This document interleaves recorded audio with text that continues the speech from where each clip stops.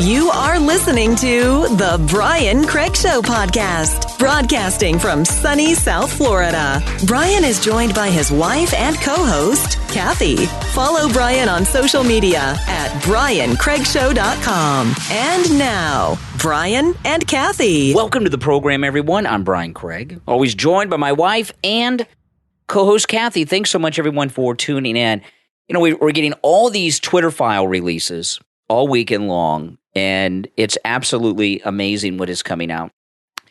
Today we'll have Twitter Files 4, and, you know, this is not the end. The Twitter Files are not only going to be about banning Trump and shadow banning of conservatives. Elon Musk announced that the next batch of Twitter Files is going to involve Fauci and COVID.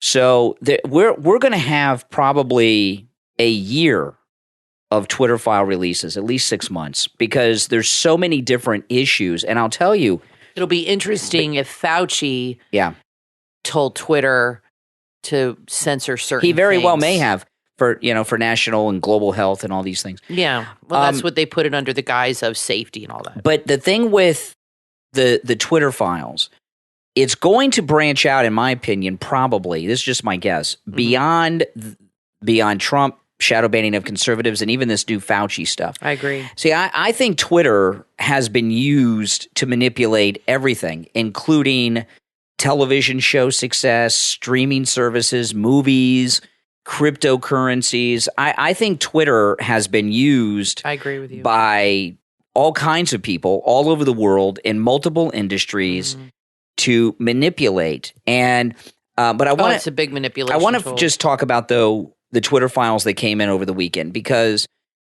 I know a lot of you were saying to yourselves, because I see what people are saying. There's what a lot of MAGA people are saying, or what the liberals are saying on MSNBC. Oh, nothing new here. We already knew this.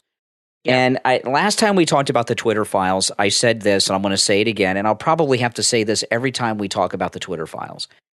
The Twitter files are evidence proving what we suspected. Now, we had confirming. Our suspicions were based on a lot of things that we saw, but now we have documented evidence that all of our suspicions were true. Now, there's a big bombshell, though, that did come out of the Twitter file release from the weekends, and this is from this particular weekend. This is that the Twitter executives were meeting with Homeland Security and the FBI. And I was listening yesterday to Fox News, and they had an attorney on who's one of their pundits. I didn't catch who it was. I was listening in the car, so I couldn't see him, and I missed the introduction. And he says, well, you know, this is all terrible and everything, but it's not a First Amendment issue. This is a private company who made some choices. First off, Twitter was not a private company. It was a public company, all right, with shareholders and everything. It's a private company now with Elon Musk, but it was a public company. Yeah. But the First Amendment, most people don't understand the First Amendment. People think the First Amendment means that you just have complete freedom and no one can stop you from saying anything. That's not true. For example, I'll give you a great example. A caller calls me on the radio. I'm not interested in what they're talking about. I don't want them to take the show in that direction. I hang up on them. I've not violated their First Amendment. The First Amendment is to protect you from the government limiting your speech. And now that we have confirmation from the Twitter files that the FBI and Homeland Security were working with Twitter to do all of this shadow banning and suppressing, that is a First Amendment violation. And this attorney, whoever he was on Fox that I heard yesterday, said, well, you know, it was a private company, which isn't true, like I said, public company, that voluntarily was working with the FBI and Homeland Security. I wouldn't be so sure about that. You know, these guys come in with these flashy, humongous IDs, FBI on them, Department of Homeland Security. That's intimidating. And not that these snowflake wokesters from Silicon Valley didn't enjoy what they were doing because they were going after conservatives, but that's an intimidation factor by the government. So this is a First Amendment violation because the government was doing this. And I've been thinking a lot about it, you know, what was going on here, because everything we've gotten so far is about stopping Trump. And I realized there's a name that I've not heard anyone say, and as I was going through the Twitter files over the weekend and hearing everyone talk about them on the news and process it and everything, there's the reason they did this very specifically, because it's beyond just we got to stop Trump. We don't like Trump. We got to stop. It's beyond that. And I realized over the weekend what it is. It's Comey. And you've not heard the name Comey. Trump fired Comey. You know, the FBI directors, I didn't know this until Trump fired Comey because I never paid too much attention to it. FBI directors, when they get that job, have a 10-year term. Now, again, they're there at the pleasure of the president, and they can be fired and removed, but it's not done. So do you think that was the catalyst for all of this? If he had not fired Comey, none of this would be happening? That's right. You know, Greg Kelly last week when it came out about the FBI working with them in the new Twitter files, he said, you know, these people at the FBI, they still have the FBI building named the J. Edgar Hoover building. Right. They, you know, everything that's come out about what a terrible person J. Edgar Hoover was, they've never changed the name of the building. The left changed the names of all these high schools and everything that are named after people. Take down statues. They just changed the names of all these military bases that were named after Civil War generals and all of this. They've never changed the name of the FBI building from the J. Edgar Hoover building, no matter what has been learned about this guy, which means that it's never changed. It's the same FBI. It was always like this. Mm-hmm. And I think when the things that Trump did that turned the process against him, there were a lot, okay, that turned these establishment people against him. One of them I've talked about before was the trade things, but there's the main thing. Like if I were interviewing Trump about this, and I were like having a real conversation with President Trump, and it was like, if I had just a short time to talk to him, I don't know if I'd get into this, but if I were having like a long sit down interview with President Trump, and I was going through everything involving his great first term, this is what I would talk to him about. There were two moments in his presidency that have caused all the troubles, I believe, that he has had. The one I just mentioned was firing Comey. That and not only firing Comey was humiliated. Comey was, I want to say he was in California at a speaking engagement when the news came over CNN that he had been fired. He had to fly back to Washington with it was, you know what I mean? So it was. Do you think Trump regrets doing that? I don't know. Well, I'd ask him. And then the first thing also involved Comey. When President Trump was president-elect, that fake Russian dossier, Comey had it. Remember, they gave it to McCain. McCain gave it to Comey took it to Trump Tower when Trump was president-elect, threw it on his desk at Trump Tower, and said, we can either make this go away or investigate it. Well, was and that Trump after said, he fired him? No, it was long before. No, he was still president-elect. And when he threw the dossier on Trump's desk when he was president-elect at Trump Tower, Trump said, forget it, get out of here. It's ridiculous.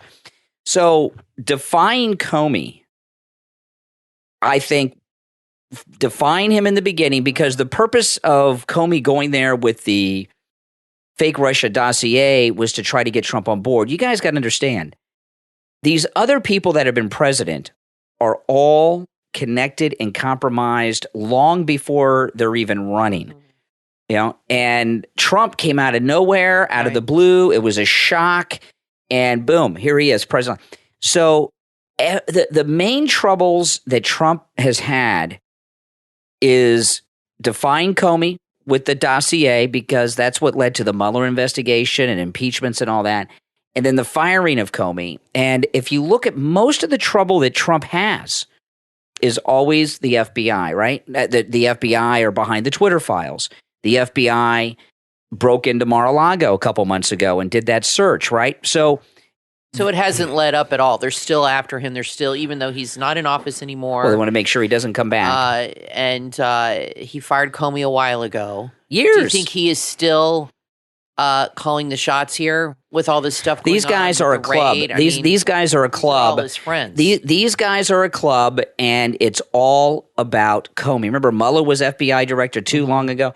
It's all about they're thick as thieves. Comey. And I'm not sure President Trump, I'm not sure Trump's totally aware of this because he has just been overwhelmed with harassment for years and years and years. Yeah, it's a lot to juggle. I don't know if Trump has had a time where he's just been able to sit down and think about everything and said, what really is the root cause of why they are doing all these things to me? Mm-hmm. And I think it's Comey. Now, you guys listening to the program, let us know in the comments if you agree or disagree with that. The two things I think it's all about Comey. Mm-hmm. Everything is about all roads Comey. Lead to Comey. Well, about Comey, Well, and look what he did with Hillary. I mean, he was really I'm not saying that if he didn't come out and say we're reopening the investigation, she blames him for her loss. She blames a lot of people, but he's one of the people on her list. She blames Comey.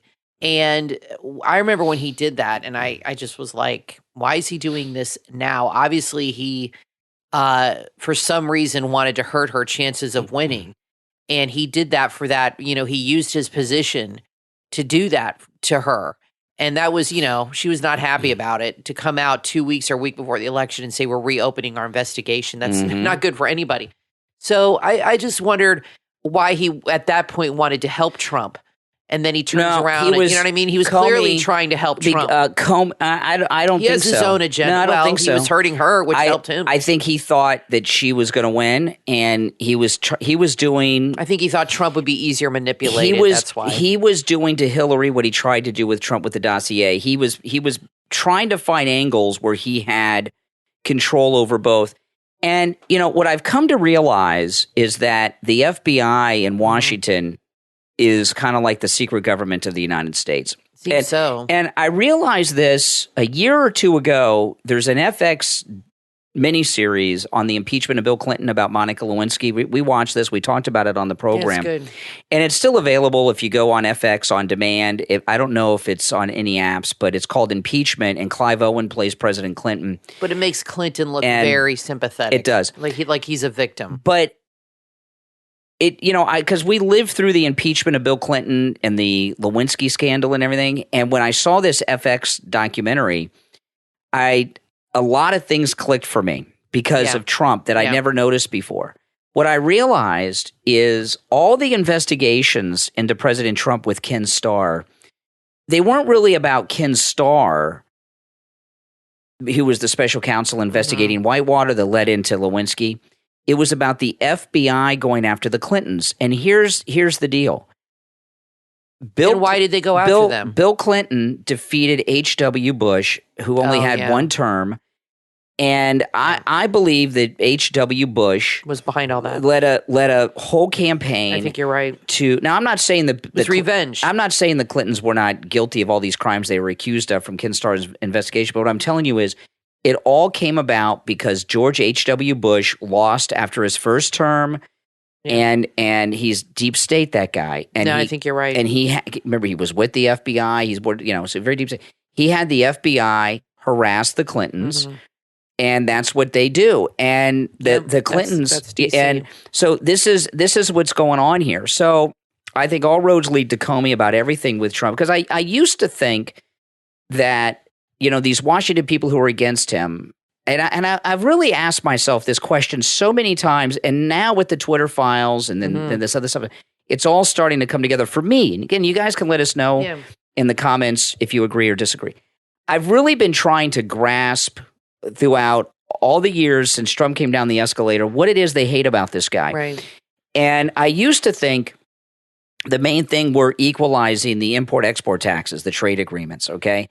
And that's not, of course, that's ticked off China and others, but that's not the main reason. I think the main thing is he defied the FBI. And if you remember Schumer, when Trump went after them, he says don't go after the deep state. They got 6 ways from Sunday. That's what he was talking about. So he's afraid of them too. Yeah. And that's what I think this is all about, which means it will never end. Well, and now we're learning, like you said, that they were in constant communication with Twitter to manipulate and sway public opinion, to censor people, and you're right, because it's I was talking to my brother about it, who's a big liberal, and he said exactly what they say on MSNBC. Oh, who cares? I don't care about Hunter, and it doesn't matter. It's nothing. And I said, really? I said, you do understand that the government was our government that we pay for, that's supposed to work for us. They were working with Twitter to silence people and to manipulate people and to sway public opinion. That's right. On certain things. And I'm like, that doesn't bother you? He's like, no. I said, well, you know what? If it was the conservatives doing this, you'd be completely outraged. It's all political. You know what I mean? I said, but it's because it's the liberals did it. You're cool with it. And he admitted to me, he said, you're right. He said, if it was the conservatives, he said, I'd be very upset. Yep. So that's the problem. People are like I said, there's a lack of objectivity with people when you discuss politics a lot of times, because you have people, things are so divided. They're either left or they're right, and they stick to it no matter what, and they don't have a lot of objectivity when it comes to these things. But I think anybody with common sense, which clearly my brother doesn't have, anybody with common sense can see what's going on. And I just read in the Daily Mail, it's the head story now, and I'll show it to you.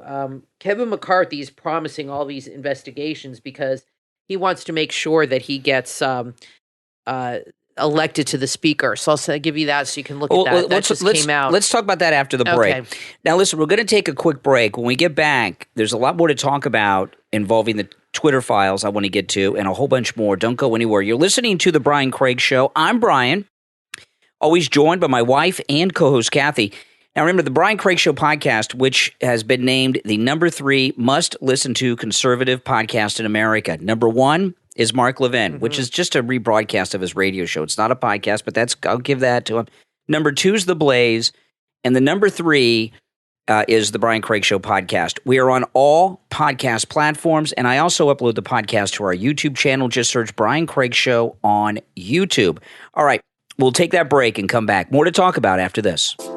Diamonds are certainly beautiful, but very expensive. You may not be able to afford diamonds, but you can afford the look with moissanite. Moissanite is a naturally occurring crystal that looks just like diamonds. Jewelry made from this mineral is stunning and very affordable. The Etsy shop, Moissanite Rings Co., that's all one word, on Etsy.com, sells handcrafted, amazing rings, earrings, bracelets, and much more. Shop their diamond wedding and engagement rings and bands. No one will know they are not real diamonds. You deserve better, economical, eco-friendly, and conflict-free fine moissanite diamond jewelry. Available at Moissanite Rings Co. on Etsy. That's all one word on Etsy.com. Buy any ring above $100 and you'll get a matching band for just $1. Perfect for yourself or as a gift. Moissanite Rings Co. on Etsy.com. Start shopping right now.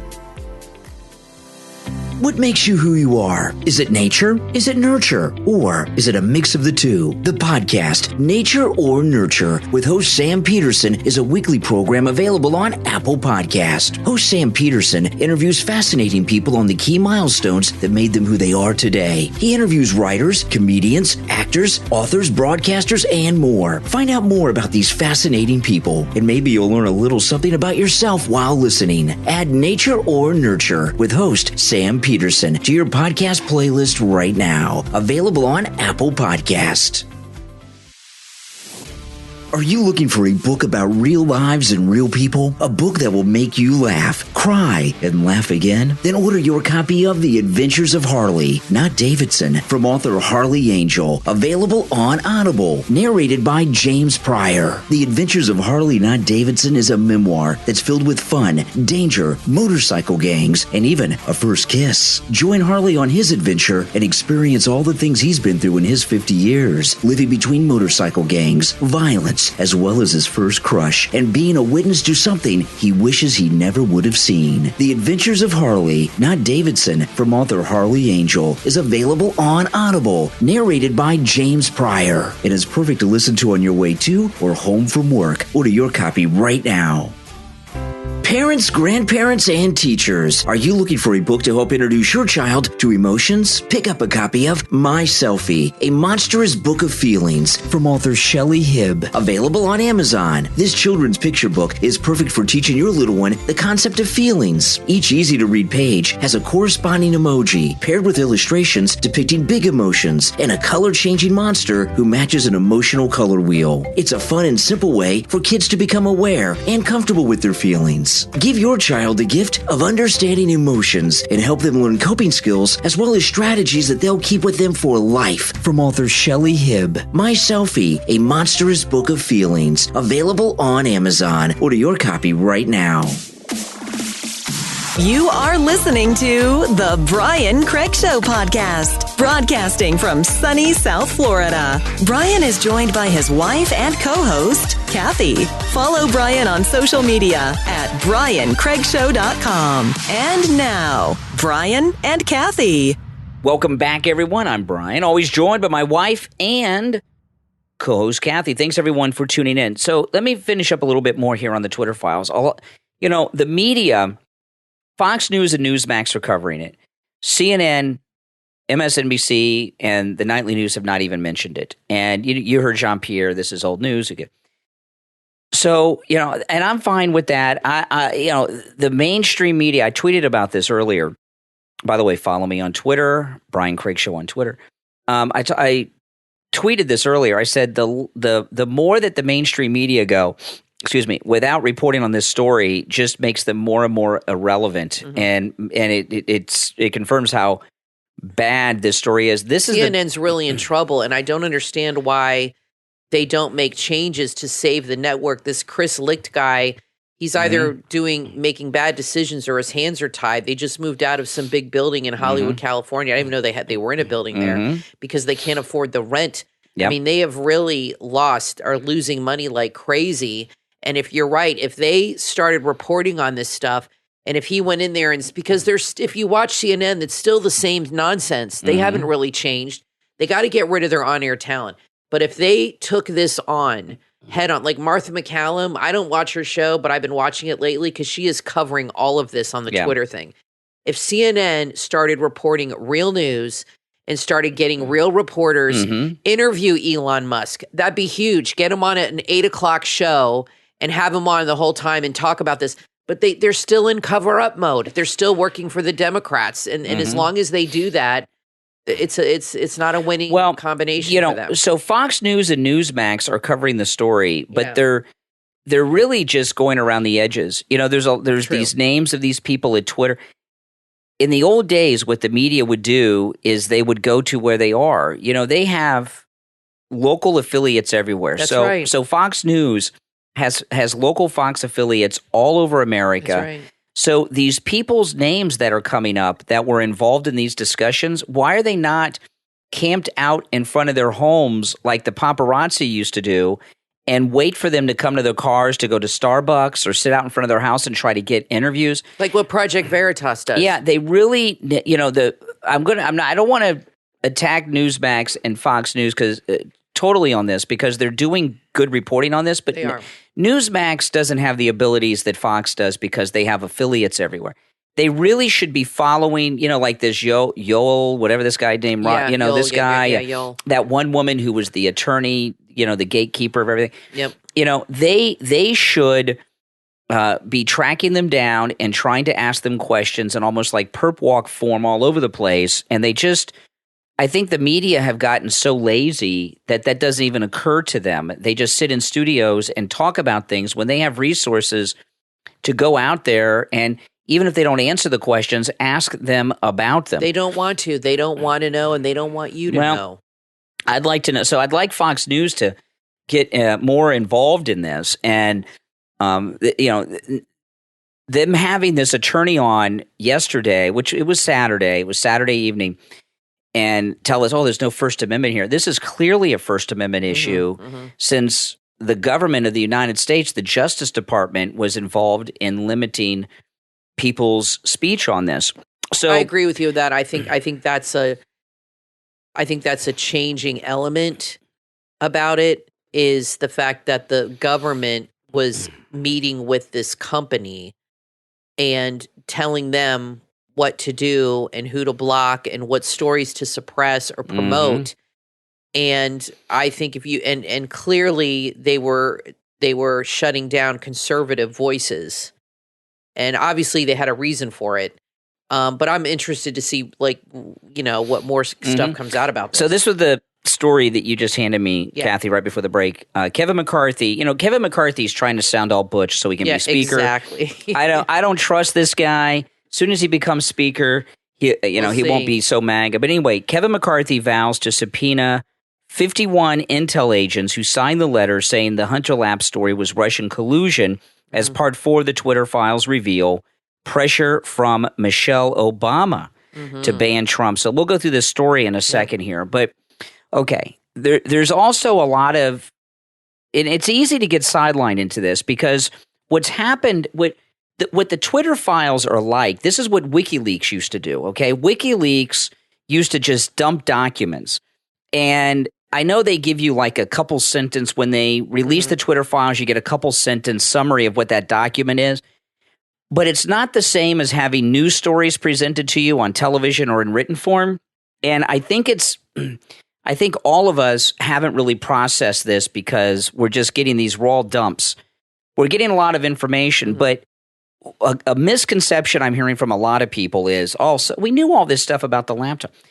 It's not about the laptop. It's about how the government came in to suppress stories about it. Okay, so this one here I'm very excited about. These guys, these 51 intelligence officials, some of these guys were directors of the CIA who signed off and said this is Russian, misinformation. It's really a form of psyops.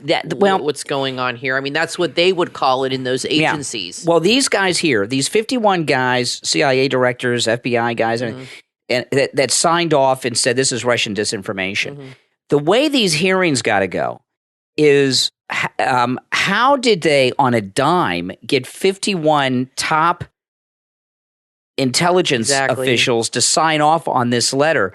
And these guys are under oath, and you got to ask them under oath. They're putting people in prison for lying to Congress, like Bannon and others. It's called abusing your power. Did they examine this, or they just signed the letter? It's ridiculous. But I have not read this story. But since it says Michelle Obama was involved in it, let's read through it and see if it comes up. Okay. Yeah. House Republican leader Kevin McCarthy said that as Speaker of the House, he would issue subpoenas for the 51 intelligence officials who signed a letter weeks before the election claiming the Hunter Biden laptop story looked like Russian disinformation. During a Fox interview over the weekend, McCarthy, who will likely become the lower chamber's next leader, I wouldn't be so sure of that, said Republicans under his leadership will bring the intelligence agents before the committee and ask them why did they lie to the American people. Those 51 intel agents that signed a letter that said the Hunter Biden information was all wrong, was Russian collusion, many of them have a security clearance, he said. Why did they sign it? Clapper, Brennan, why did you use the reputation that America was able to give to you more information, but use it for a political purpose to lie to the American people? Former First Lady Michelle Obama was among those who publicly called for Trump's Twitter account to be permanently banned in the immediate aftermath of the January 6th Capitol breach. Following Elon Musk's recent takeover of the platform, Trump's access to Twitter has been returned. And of course, he's not yet used it. It goes on. So I guess, I remember when Michelle did that. Okay, so that's all they did. But I'll tell you this. There's a big story with these intel officials as to what led up to them signing this letter that was even cited during the debate between Trump and Biden. He says 51 intelligence officials said it's the hallmark signature of Russian disinformation. Remember that? And, there was a whole process. Someone came up with that idea. Someone wrote the letter. Someone got these guys to sign it. I think also it's important to keep it in context as far as the timing. When these things occurred, what was going on in the country at the time. You know what I'm saying? What event was happening at the time of certain information dumps. Well, the election was coming. Well, I'm saying, or COVID. So I think it's important as well to keep it in mind the context of what was happening, who was doing it, and why? What was the motivation behind it? If you look at what was happening at the time, you'll see the motivation behind it and what they were like when Michelle called for Trump. You know, for example, what had just happened? Why then? Why at that moment? I have my thinking it was with January 6th or something, but that's important too with a lot of these things. Why did they? Who got involved and why? Why at that moment did they get involved and who were they trying to silence at the time? And you really have what you have here is Twitter working with the government to basically deceive the public and manipulate the public, not only suppressing stories but feeding false information to the public. And it's amazing when you talk to liberals, because like my brother and other people, because when you confront them with this kind of stuff, they'll either say it doesn't matter, who cares, it's not important. Oh, it's very important. Or they will say, well, they must have had a good reason.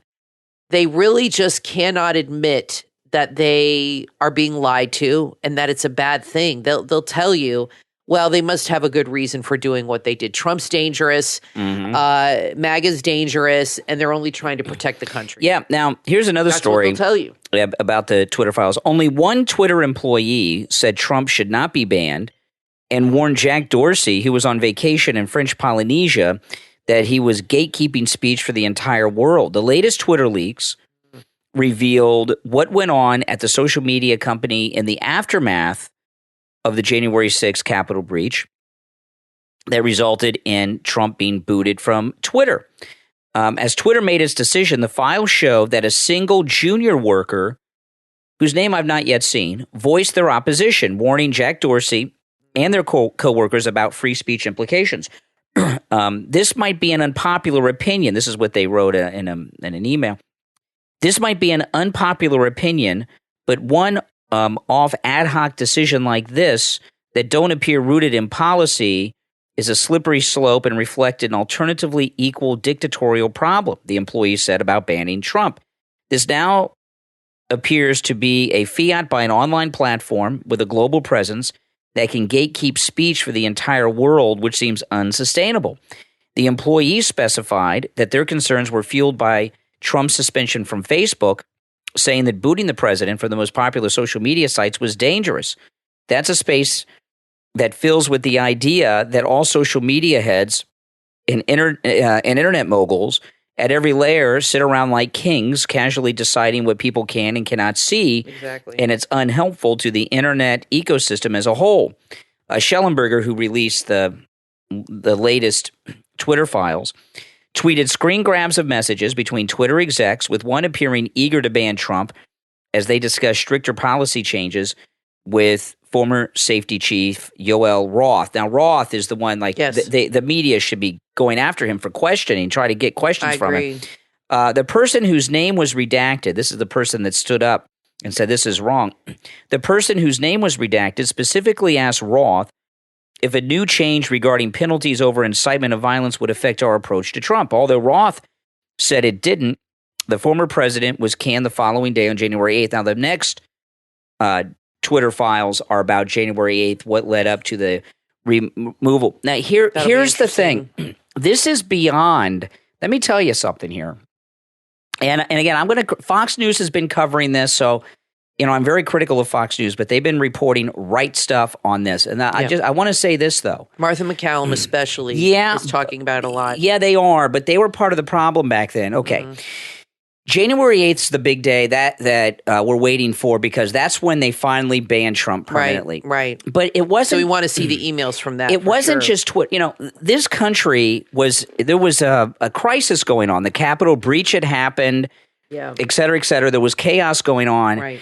And these platforms banned the president of the United States from using them, which is a form of communication for people. And, one thing I've talked about quite a bit, this banning that Twitter was doing and other social media platforms of conservatives with politics would be like Alexander Graham Bell or Thomas Edison saying, I don't agree with you politically. So Thomas Edison says, no electric lights for you. Right. I don't agree with you. You don't get the electric light. We're cutting off the electricity to your house. Or Alexander Graham Bell, I don't like your opinion, so no telephone for you. Well, it'd be like if the government told them that's right who to give power. But like, say they said, you're not going to give electricity to this store because they're run by conservatives, and you're not going to give telephone service to this company because they support certain candidates. But let me tell you, you just can't do that. This is beyond Twitter, because I can't remember which day it was. It was the week of January 6th. It was after January 6th. Trump's being knocked off of all these platforms. Yeah. He can't communicate with the world. The only way that he could communicate was through television. And I remember watching Fox News. Neil Cavuto was on. And this was after the Capitol breach, and it had to be a day or two at least after. President Trump came out. They started to carry it, and then Cavuto cut in and cut away and said, well, we're going to cut away and monitor this because he could say something that could cause another incident like the Capitol breach. So, Fox News, I'm glad they're reporting this, but they were just as bad as Twitter.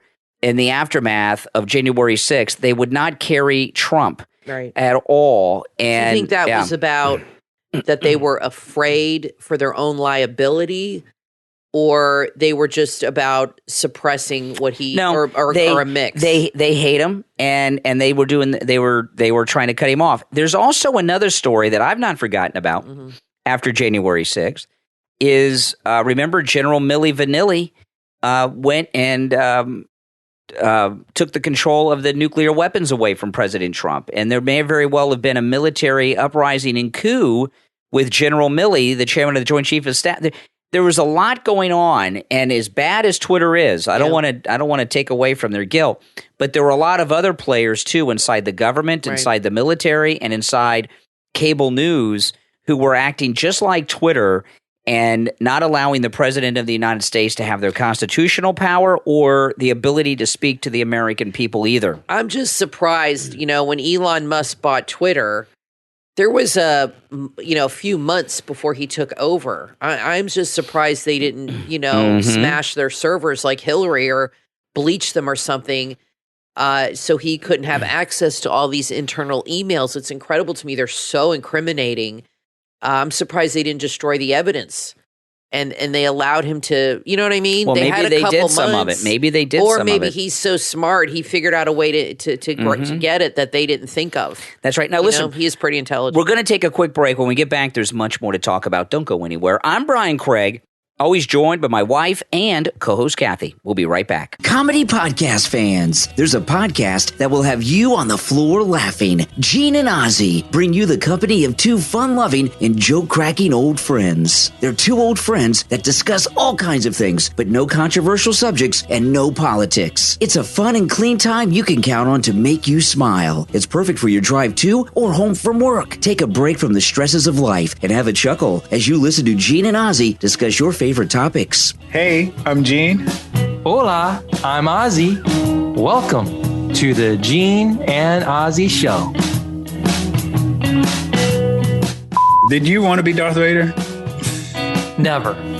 What? No, that was not my favorite character on Star Wars. And sometimes you had no idea how to even play the game. I can't describe Joust to you. I had no idea what that game was all about. Stuart had more toys than I did. I got to meet the Stuart one of these days. Is he alive? He's still alive. He's our age, and at our age, you got to ask: is he alive?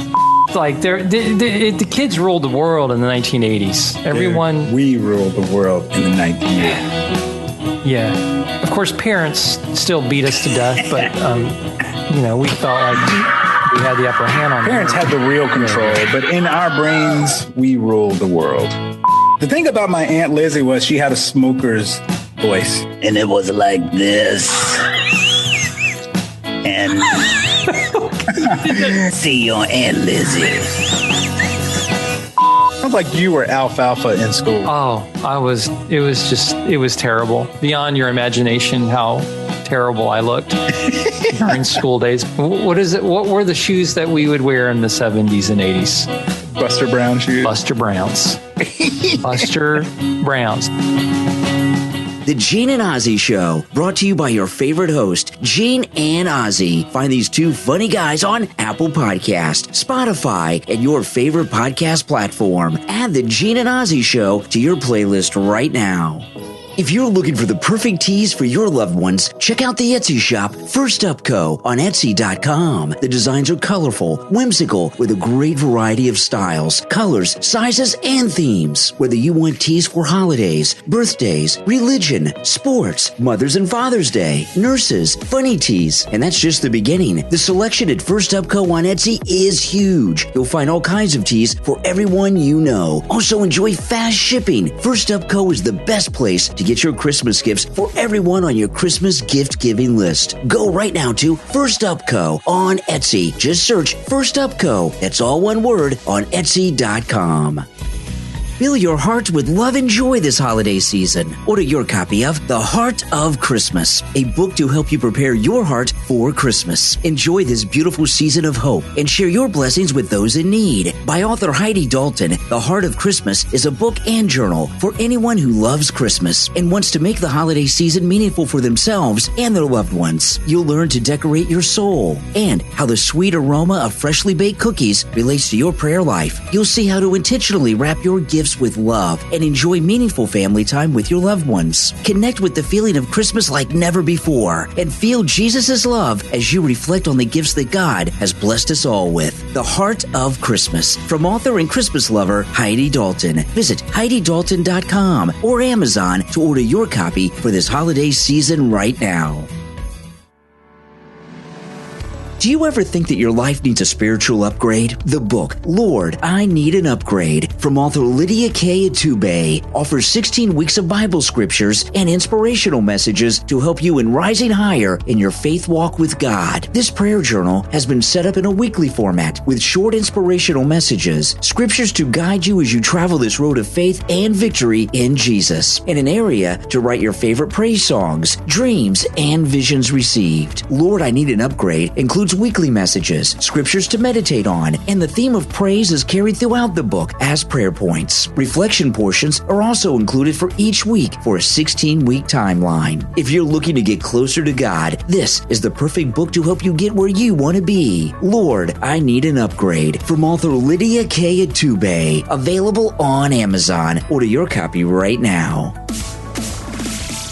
You are listening to The Brian Craig Show podcast, broadcasting from sunny South Florida. Brian is joined by his wife and co-host, Kathy. Follow Brian on social media at BrianCraigShow.com. And now, Brian and Kathy. Welcome back, everyone. I'm Brian Craig, always joined by my wife and co-host, Kathy. Thanks, everyone, for tuning in. Okay, so there was this marriage equality bill they were pushing through the House last week. And I want to talk about this. Is a story in BuzzFeed. I want to read through this story, and then I want to play the audio, some of the audio they're talking about here, okay? This is, again, from BuzzFeed, which is liberal.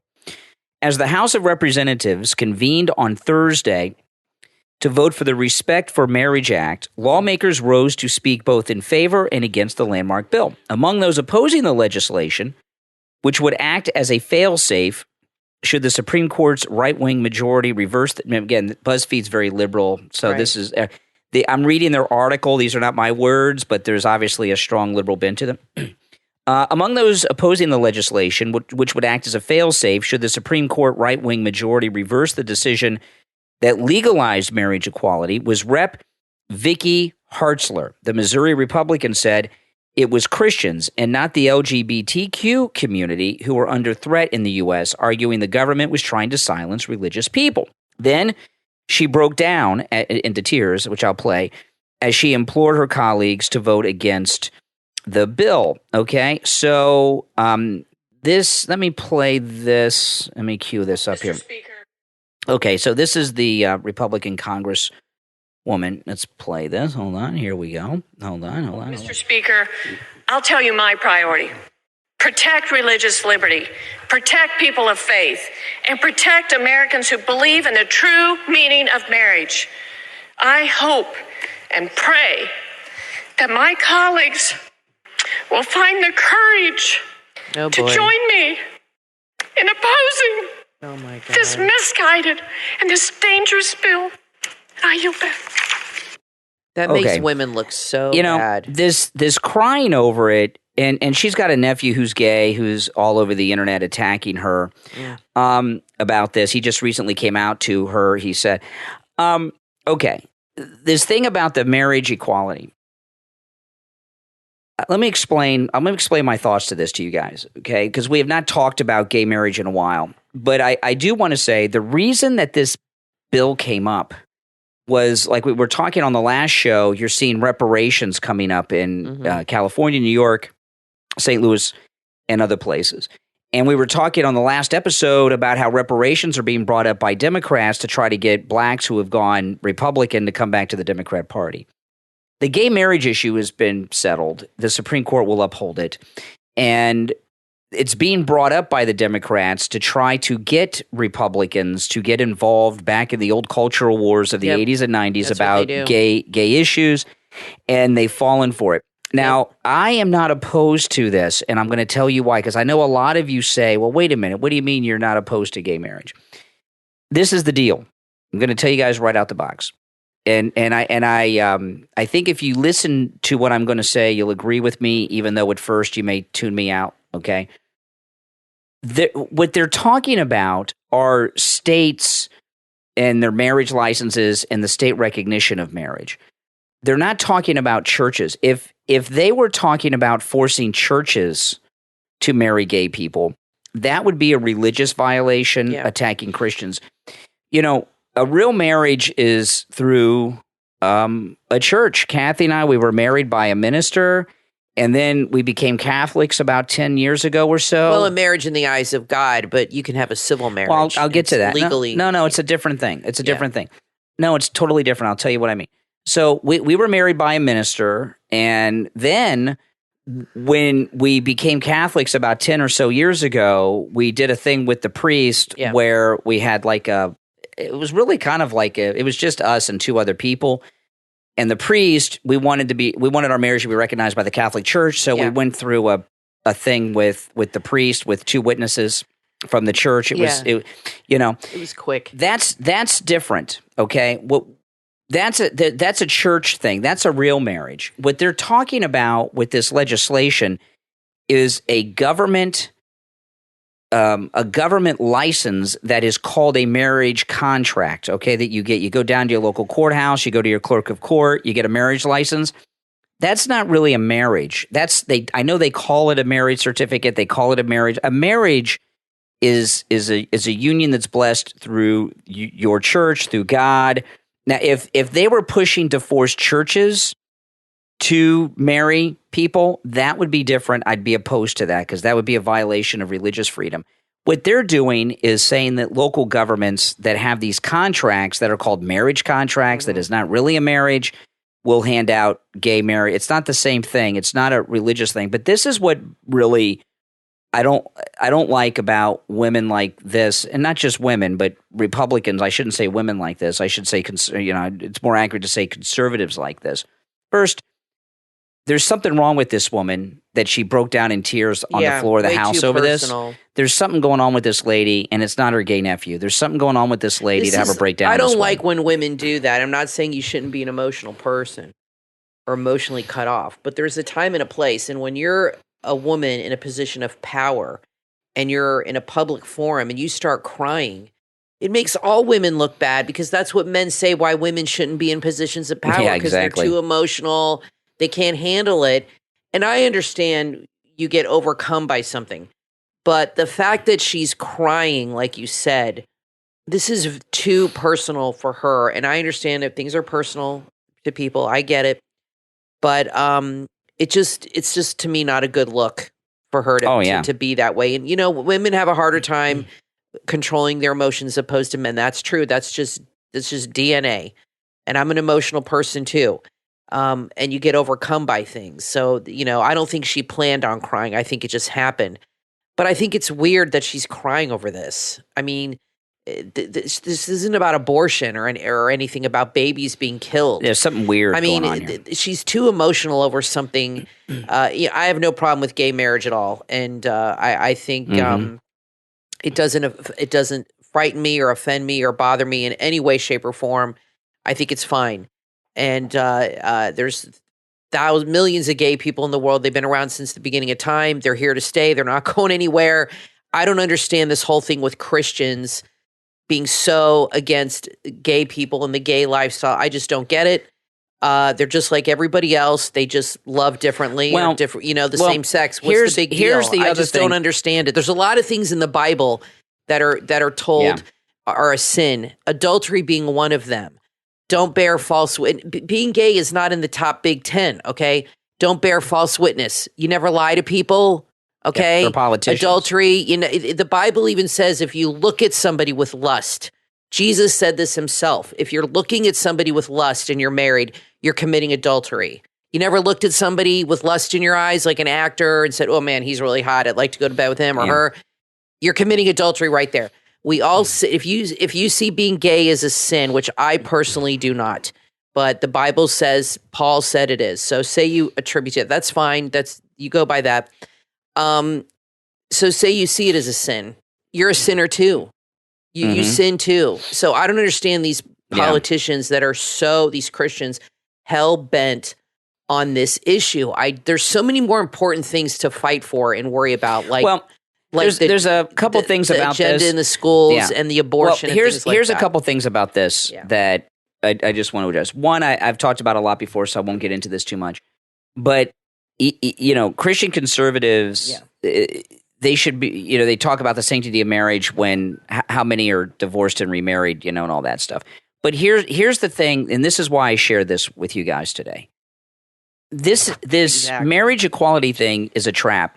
President Trump, when he was running for the very first time, didn't come out against gay rights or anything. It is a trap. And he was asked about it, and he was very smart. And the conservative movement with MAGA under Trump got away from these, issues involving fighting against gay rights and some other social issues like this, not abortion, but gay rights, because it's not. We've got a bigger picture here. And this entire marriage equity thing that they brought up was a trap that this Republican woman and some others, since it's come out, have fallen into, talking about things that have really been settled. Now, I want to talk about one more thing in this segment. I tweeted this over the weekend. Sean Hannity, I'm not sure which day it was that Sean Hannity did this, but it came up on my YouTube feed. So I tweeted it over the weekend, and you can see this. Sean Hannity was talking about the midterm elections, and this is one of the first times in a long, long time that I can tell you that I was hanging on every word that Hannity was talking about, and he was spot on, right on the money, and almost everything he said. I didn't agree with quite everything he said, but he was talking about the machines of the two parties at election time. And he was talking in particular about Pennsylvania. Oh, Fetterman's going to be in a Christian Bale movie with his wife. Did you see this? No. Yeah. So love Christian Bale. Oh, well, not too happy with him now.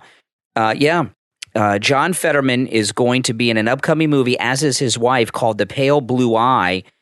It's a movie starring Christian Bale, who plays a detective who teams up with a young Edgar Allan Poe to investigate a murder. The movie's going to be on sounds good. Netflix on January 6th. It takes place in 1830, and again, Fetterman's wife is going to be in it, and they say he's got the face of a guy from the 1800s. So I mean, they're making a. Well, what are they playing? Is it like extras, like people in the 1800s? Like extras. He can't even speak. Think he could speak dialogue and all that. He can't even speak a sentence. But anyway, it's strange that they're doing that. But Hannity was talking about the midterm elections, in particular Pennsylvania. And he said on election day, the estimate is that he was talking about not Pennsylvania. He was talking about Georgia. I apologize. And he was talking about Herschel Walker. My apologies.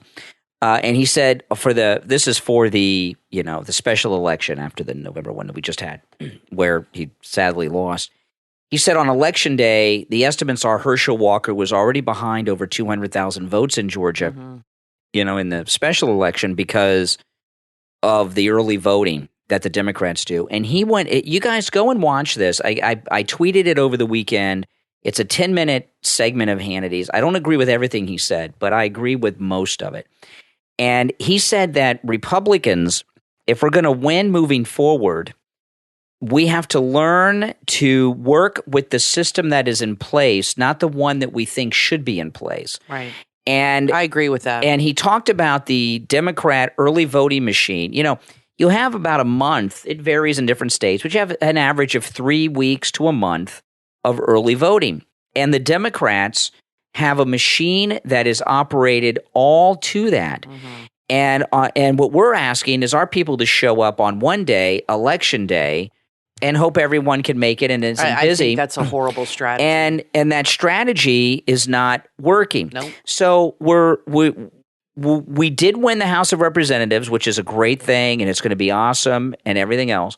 But this narrative that's out there that we didn't win better than we did win a lot, but we didn't win everything, and we lost some things that we thought we were going to win, isn't because our position is not the popular position. It's that the Democrats are taking advantage of the early voting election system that is in place. And what Hannity said was, listen, you got to work with the system that's in place, not the one that you wish was in place. Right.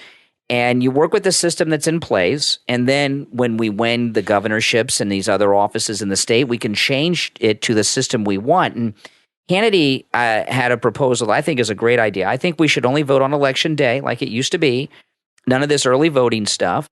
And you do? Yeah, just vote on it should. Well, no, I mean there should be none of this early voting. There should just be. Yeah, but there is right now. No. But when we take over, right, make election day a national holiday. But what does he want to do now with the system? I'm telling you. But he said the election day should be a national holiday. We could change the law so you only vote on election day, right. and I like that idea. But that's not the way it is right now. That's old school. We have to deal in the world of what is, not in the world of should. And he went through in detail, it was a whole 10-minute thing. You guys watch it, on how the early voting Democrat machine works to get out the vote. Right. And we've got to do that. And I don't think we will. There's a lot of reasons why it's not going to happen. One thing is the MAGA movement, the conservative movement, we don't have as many volunteers and activists as they do that can work on these things because all of us are working all the time. And when we're not working, we're tired. So we don't have time, like liberal Al the John that calls me on the radio. The Democrats, they got millions of people like that have nothing to do. Well, so they can help them with their apparatus and machine. Yeah, and they like working for the government, and they like doing what the government tells them to do. So they'll do whatever they're told for $20 an hour. But I think that I'm not sure which day it was he did this. That's why I tweeted it. It was on YouTube. It's on my Twitter, Brian Craig Show on Twitter. Please watch it. I think Hannity outlined which should be the entire strategy of the Republican Party, the MAGA wing of it in particular, and we will perform better. We can't win bigger and bigger and bigger every time and play. There are races we did not win that we should have won. But because they spend their entire time getting, with their get out the vote machine for a month, and we're telling people wait till election day, that's just not going to work. And it has to be more than tell people to vote in early voting. They have an entire apparatus that goes around and picks people up and takes them to the polls and picks up their ballots. I did not know this. In Florida, he listed all the states where you can do the ballot harvesting, which is take other people's. Florida is one of them. So, we're losing races where our people are more popular. We just don't have the machine that they have. For example, too, but we still, even though they do have that in Florida, we still won the state by a huge margin, and that's fantastic. But one of the things they did, not every state's like Florida. There's a lot of elderly people here. There's a lot of nursing homes. And my mom was a nurse. She's retired now with geriatrics. She worked with older people. And she would tell me one of the things that would occur is a lot of the nurses' aides would go around and collect ballots from the patients. They do. And help them fill out and you the know what forms, else they do? wink, wink. And you know what else they do? Turn them in for them. And you know what else they do? They go to the county jails because the people in county jails are not convicted yet necessarily. They're waiting. Right. Like Nicholas Cruz, the Parkland shooter, voted before his conviction here in Florida. Yeah. So, you know, that's crazy. There was one thing Hannity was talking about. They go right and collect them. Yeah. There was one thing that Hannity was talking about that was interesting. I can't believe that this happens. But Warnock, the Democrats with Warnock in Georgia during the recall period were paying people to bring up in conversation why people should vote for Warnock, exactly. like at work and at family events. They got a machine going like people don't realize what's going on and the level. And you're right, we just don't have that at all. And we reject the idea of using it. So what Hannity was saying, and this is what I agree with, we have to operate within the system that we have, not in the one we wish we had, because the one we want that we wish we had, we don't have yet. So we've got to do what they're doing. And early voting, I think you need to do. I don't it's think not waiting just saying, for the day is a good strategy. But it's not just saying go and vote early. We have to round up and corral our people so that they do vote, and everyone in their family votes, and their kids vote, and people, you know, like you, Kathy, you're disabled. There are millions of people that are disabled and homebound. We need to make sure they vote, and you know, and somebody else will get to them if you don't. So you know they've got a machine that does things. The Hannity went through things that just amazed me, and it's all legal, and this is what they do. Where can they see that? I've said it like 3 times here. It's on my Twitter. I tweeted it yesterday. Gotcha. It's a Hannity. It's Hannity. It was on YouTube from his Fox News show and Brian Craig show on Twitter. Go and watch that. It's 10 minutes, and I don't agree with everything that he said. Okay. But one thing he said, though, I agree. He says the Democrats don't worry about having, what was that term that that McConnell was saying about Herschel and some others about having like flawed candidates?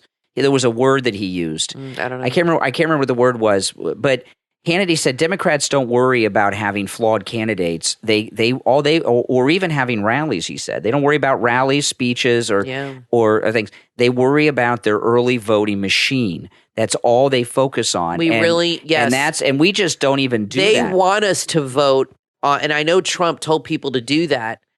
And I'm hoping he changes his tack on that because they want you to do that for several reasons. One of the reasons is they have so much more time to do all this other stuff that we're not doing. Yeah. And now they know when all of us are voting. Yeah, that's right. So, you know, I don't think that's going to happen because I don't think conservative people want to do. They're like, well, we don't want to be like Democrats, and they do these a lot of them work. They're entrepreneurs. They work multiple jobs. Have kids. They have families. Yeah, practice. You know, they're not activists where they but you hire people. Don't have the time. The Democrats hire people to do this.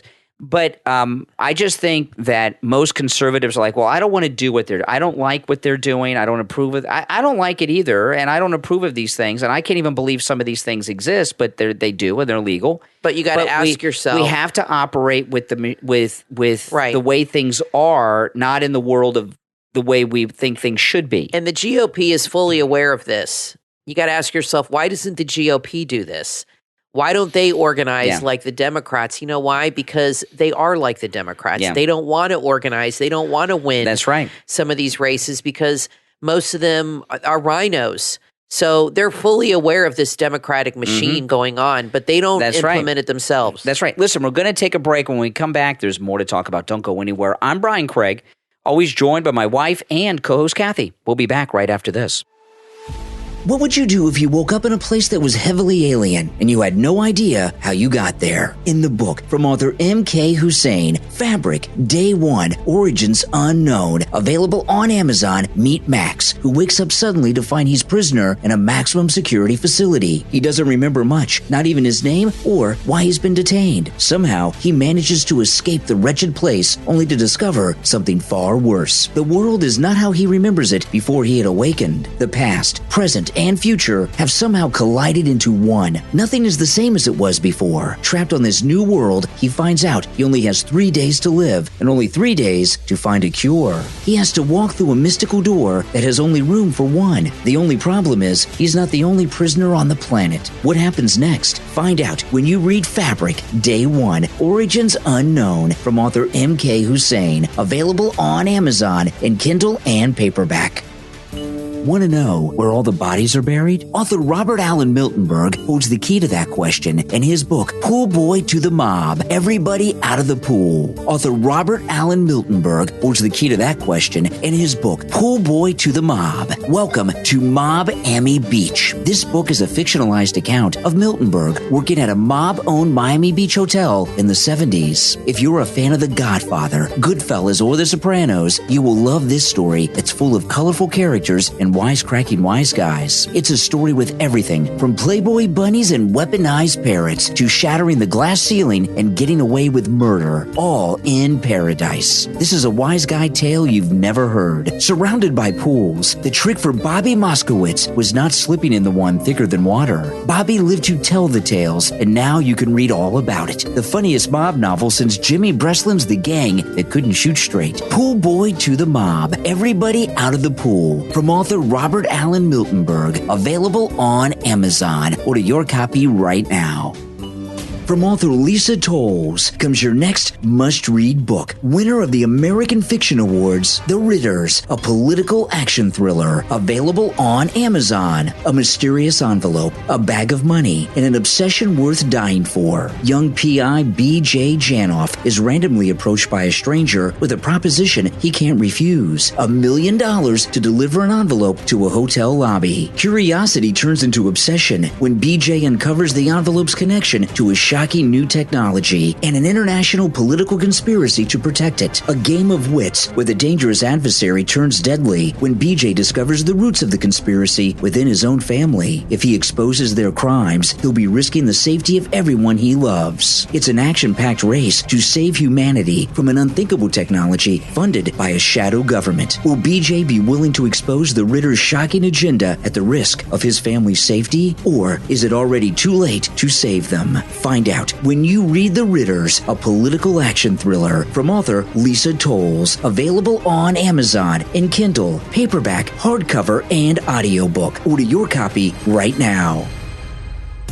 If you're looking for truly unique fashions at great prices, you need to check out BlueWaveFashion.com. BlueWaveFashion.com sell denim and jeans, dresses, jewelry, jumpsuits, rompers, leggings, pants, shoes, and much, much more. They have an incredible selection that's stylish and modern. Whether you're looking for casual or more dressy, bohemian or classic, they have it all, and the looks you want at incredible prices. The clothes at BlueWaveFashion.com have been featured in all the top fashion magazines, but you won't pay top prices. Everything is cute and affordable, so you can add to your existing wardrobe or build an entirely new one. They have clothes in all sizes, so this is the perfect online store for everyone. Make sure to check out their Christmas collection with adorable and festive sweaters and sweatshirts that will keep you warm and cozy while expressing your holiday joy. And at BlueWaveFashion.com, always enjoy free worldwide shipping. When you go to their website, sign up and save with special offers, find free giveaways, and once in a lifetime deals. BlueWaveFashion.com. Start shopping right now. BlueWaveFashion.com.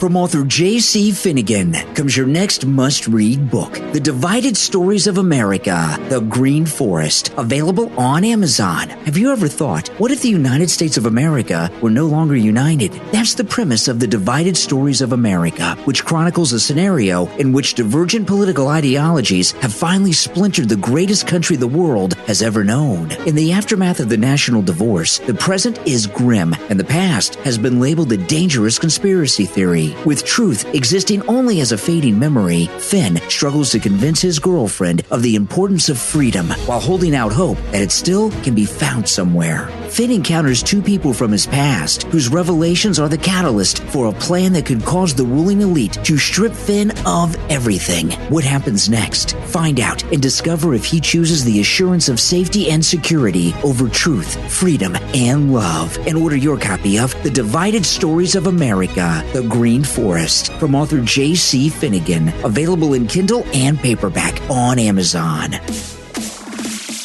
You are listening to The Brian Craig Show podcast, broadcasting from sunny South Florida. Brian is joined by his wife and co-host, Kathy. Follow Brian on social media at BrianCraigShow.com. And now, Brian and Kathy. Welcome back, everyone. I'm Brian Craig, always joined by my wife and co-host Kathy. All right, we got an update on the Twitter files that happened during the break. A little bit more on the Michelle Obama thing, okay?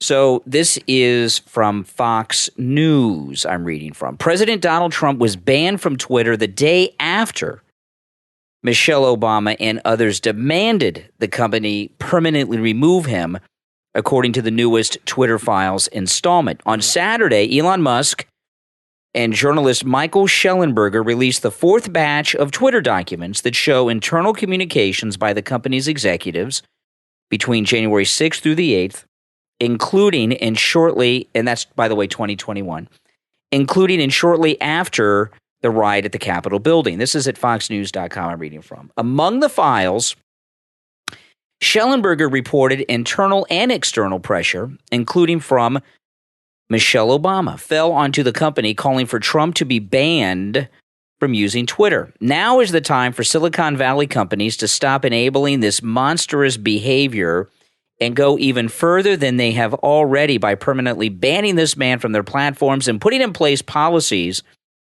to prevent their technologies from being used by the nation leaders to fuel insurrection, Michelle Obama wrote in a lengthy statement posted to Twitter on January 7th. Now, keep in mind, she had not been first lady for 4 years, right? Michelle Obama added, and if we have any hope of improving this nation, now is the time for the swift and serious consequences for the failure of leadership that led to yesterday's shame. In addition to Michelle Obama, the Anti-Defamation League, among several other prominent people and organizations, called for Trump's ban. On the morning of January 7th, Jack Dorsey wrote an email to employees instructing them, as Schellenberger wrote, to remain consistent in its policies, including the right of users to return to Twitter after a temporary suspension. Trump was serving a suspension on the platform at the time. See, the original, everything that happened on January 6th was temporary. Mm-hmm.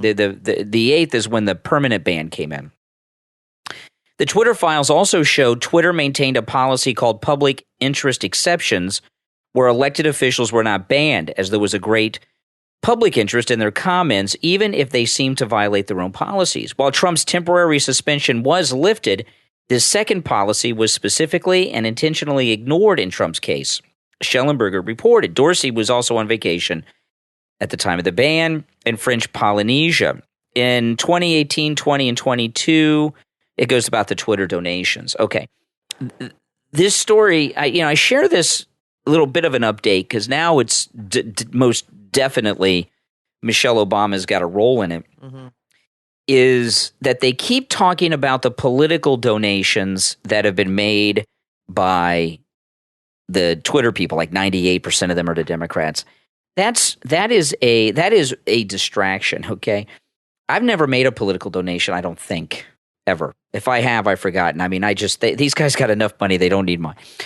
I don't really think that's the thing. I think that the focus needs to be how they were working with the FBI and Homeland Security to do all of these things. And this thing about the donations is a bit of a distraction. And as much as Fox News is reporting the story, they're also helping them get away with what they did by forwarding this narrative that, well, there's Silicon Valley, San Francisco liberals, right, and this is just their worldview. And Elon Musk said over the weekend, he said Twitter is both a social media platform and crime scene. I thought it was pretty cool. He's talking about his own company, called it a crime scene. So don't get bogged down that they're all liberals. It's not about the Twitter people as much as it is about these government agencies that came in and basically took over Twitter. during all of this time. And, Elon Musk also said over the weekend that he has his engineers working on a system so that everyone can see if they have been shadow banned. So that's pretty cool. That's a pretty cool thing. And, some people may think they're shadow banned and not, but I tweeted over the weekend, I tagged Elon Musk. He did not respond. But I tagged Elon Musk and I asked him, because when they release they release some information at the end of the week with these high-profile people, Bongino, Charlie Kirk, and a couple other people that aren't as famous, but doctors. And they showed the internals of the Twitter website that only the Twitter people get to see, and it showed specifically, do not amplify, do not let trend, and all that stuff. So what I had tweeted to Elon Musk over the weekend, is there a switch that they can flip that would unshadow ban everyone that's been shadow banned? I don't think so. Or do they have to go through profile by profile? I think they have to do it systematically, profile by profile. Well, so, because these people weren't banned all at the same time. And I don't think there's a master switch. You know what I mean? This happened over the course of many, many years. Different people. Yeah. They might have done a couple at once, but, but it wasn't like some mass group banning. So I think they have to do it, profile by profile. Now, I want to take a moment to thank all of our Patreon supporters for their support of the program. Thank you so much. And those of you that are Patreon supporters, remember, you have access to commercial-free editions of each and every podcast episode that's exclusive only to Patreon supporters. And that commercial-free edition of the podcast is uploaded on the Patreon page every day when we finish a podcast. Yeah. And our top Patreon supporters get a live on-air thank you shout-out. So the names you will hear now are our top Patreon supporters.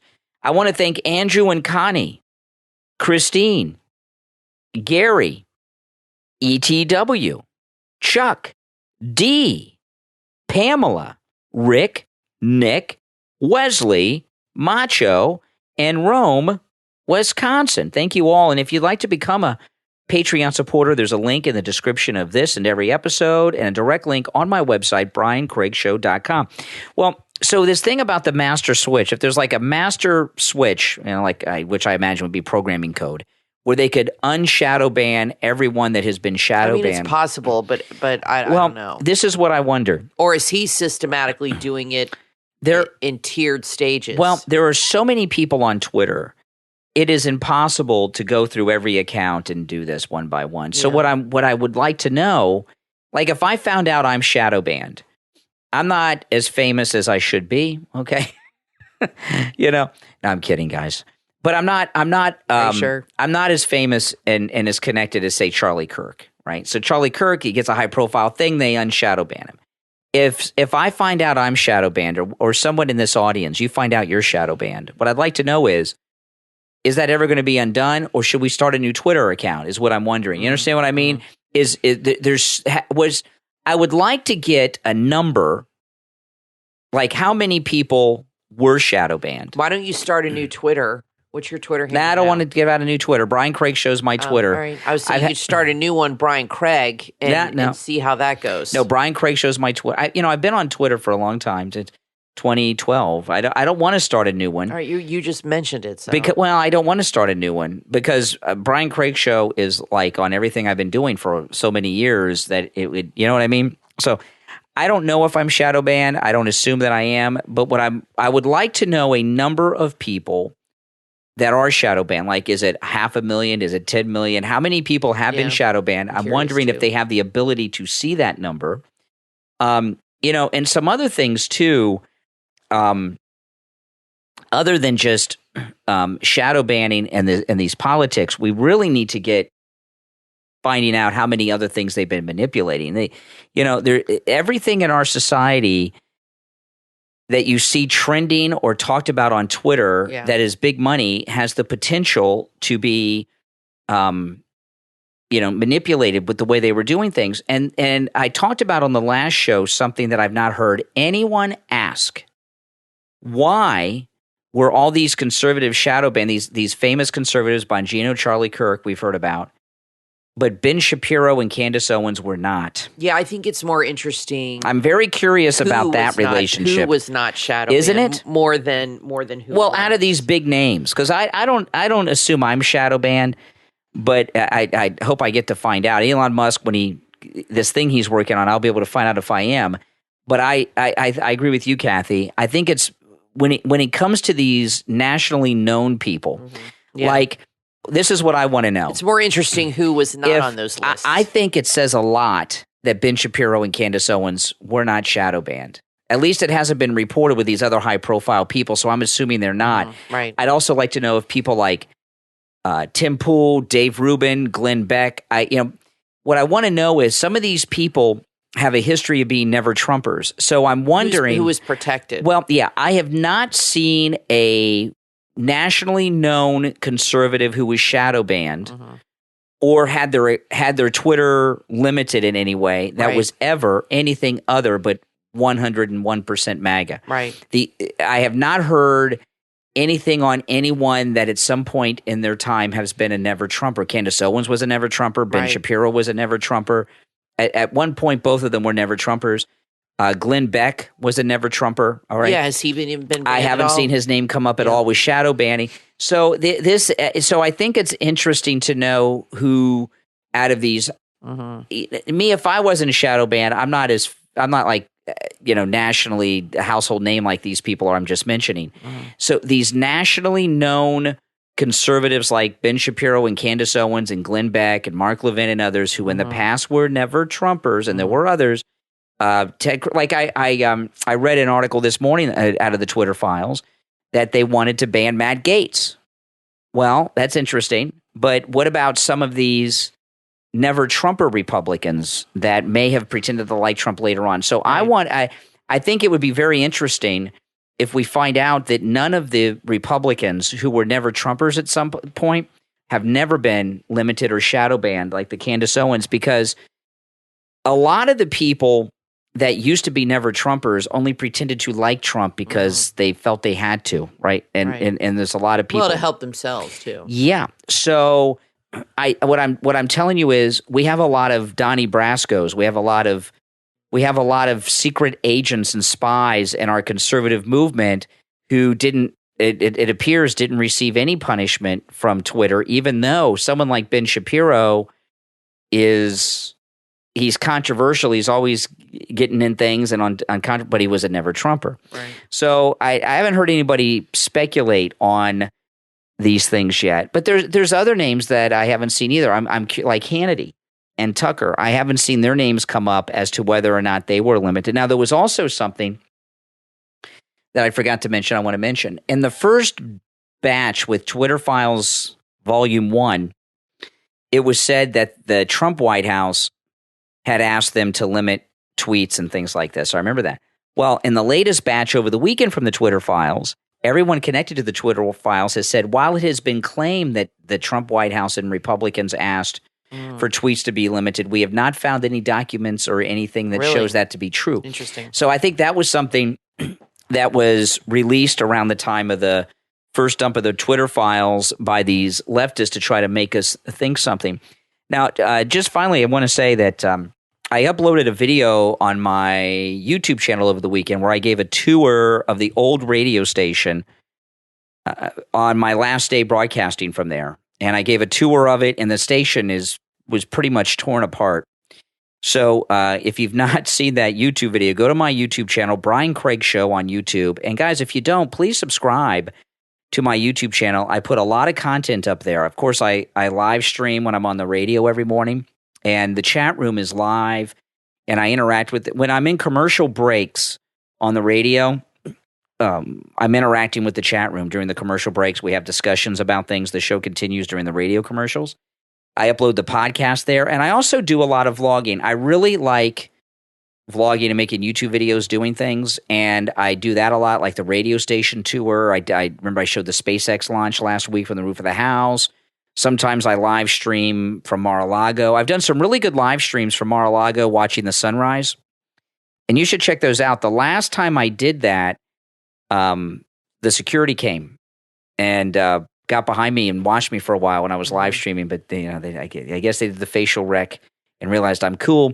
So I put a lot of content up on my YouTube channel that I know you will all enjoy. So just search Brian Craig Show on Twitter. And yesterday, which, because today's Sunday, if you're listening, to the original upload, I went to the radio station Saturday to get the rest of my stuff. And I'd been moving out of the radio station in Boca for the last few weeks, but I left the bare bones of what I needed behind just in case the new studio had a technical glitch on Monday morning.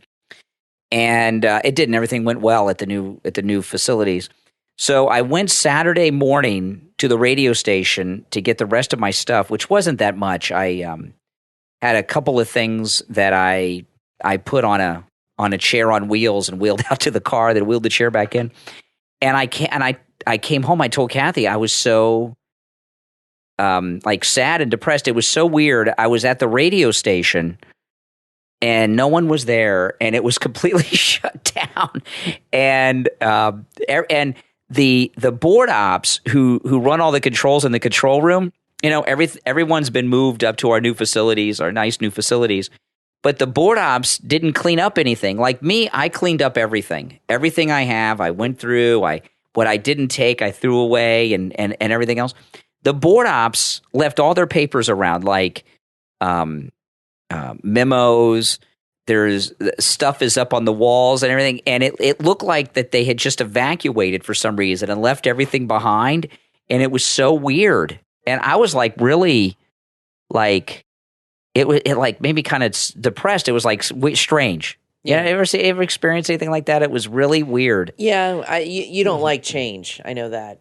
No, change is difficult change is for hard me. For Brian. I like change, but because I get bored easily. But Brian does not like change. Well, one of our engineers at the radio station, he does engineering work for a whole bunch of different radio stations, and one of the transmitters he works at for a radio station is in a building where a radio station that shut down almost 20 years ago was at.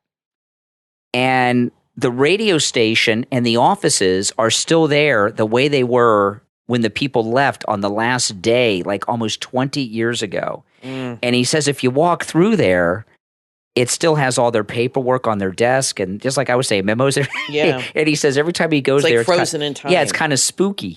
And that's how I kind of felt yesterday. But go to my YouTube channel, Brian Craig Show on YouTube, and you'll see the tour I gave of the radio station when it's torn apart on my last day broadcasting there. And it was kind of nice. When I get all settled into the new place and everything else, I'll do a tour of the new facilities soon, and you guys will get to see that too. And I think you'll like it. It's all ultra modern equipment. The control board that I was using at the old place, you see on the YouTube video, is 30 years old. So, and the new stuff is not even 30 days old because it's all brand new right out of the box. So it's pretty cool. Well, listen, guys, we're out of time for today, but we will be back next time. I'm Brian Craig, always joined by my wife and co-host Kathy. Thanks for listening. Diamonds are certainly beautiful, but very expensive. You may not be able to afford diamonds, but you can afford the look with moissanite. Moissanite is a naturally occurring crystal that looks just like diamonds. Jewelry made from this mineral is stunning and very affordable. The Etsy shop, Moissanite Rings Co., that's all one word, on Etsy.com, sells handcrafted, amazing rings, earrings, bracelets, and much more. Shop their diamond wedding and engagement rings and bands. No one will know they are not real diamonds. You deserve better, economical, eco-friendly, and conflict-free fine moissanite diamond jewelry. Available at Moissanite Rings Co. on Etsy. That's all one word on Etsy.com. Buy any ring above $100 and you'll get a matching band for just $1. Perfect for yourself or as a gift. Moissanite Rings Co. on Etsy.com. Start shopping right now.